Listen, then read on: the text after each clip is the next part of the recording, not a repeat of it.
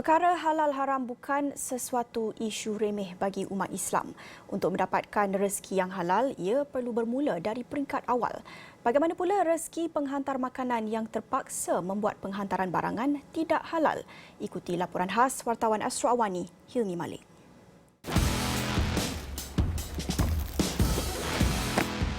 Mengejar hukum tapi tersepit dalam situasi tugasan.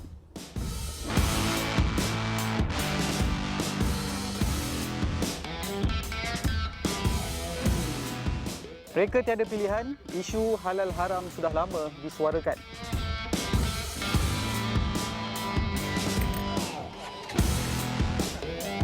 Bagaimana soal punca pendapatan dari segi hukum?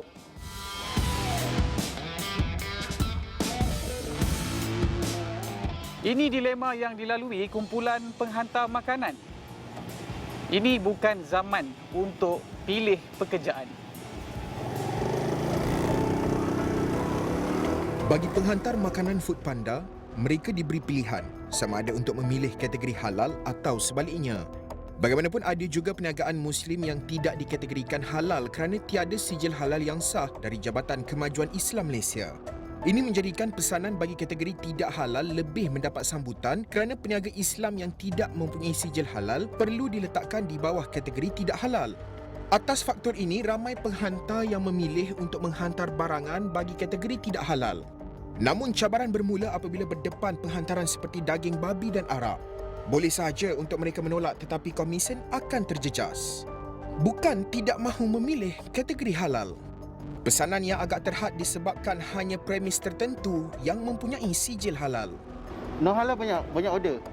Macam semua sedia maklum halal dia banyak fast food macam Pizza Hut, KFC.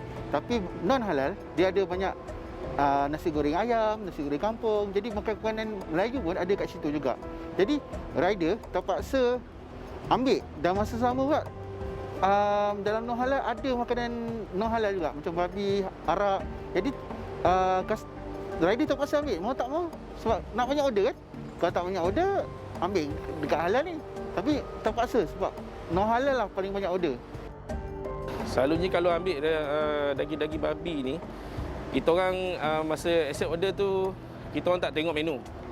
Bila masa kita orang nak pick up tu, kita orang akan sediakan satu plastik bag ataupun kita minta dengan kedai plastik bag, kita double kan bungkusan tu.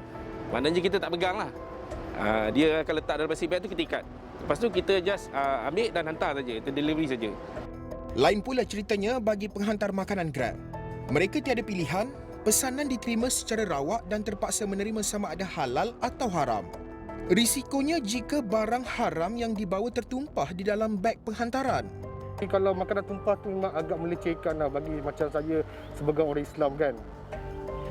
Kita tak ada pilihan lain. Lepas tu apabila tumpah kita terpaksa sama beg tu. Dan benda tu memang agak melecehkan lah juga bagi siapa yang bawa non halal tu.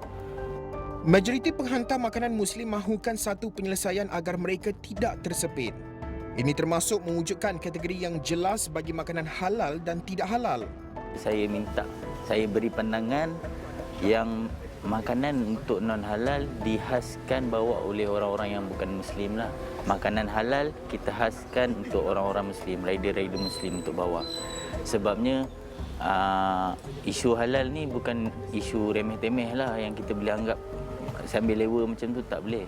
Sebabnya bila makanan, walaupun makanan tu halal, tapi sebelum makanan halal masuk dalam beg tu, bila ada makanan non halal yang dah masuk dulu, itu yang kita tak nak. Ada wap dia, ada air dia, sudah bercampur bau dalam beg. Bagaimana dari sudut hukum? Adakah wujudnya perkara syubhah? Sejauh mana sistem syarikat yang dikatakan kejam? Penjelasannya akan kami bawakan menerusi laporan siri kedua esok. Laporan Hilmi Malik, Astro Awani.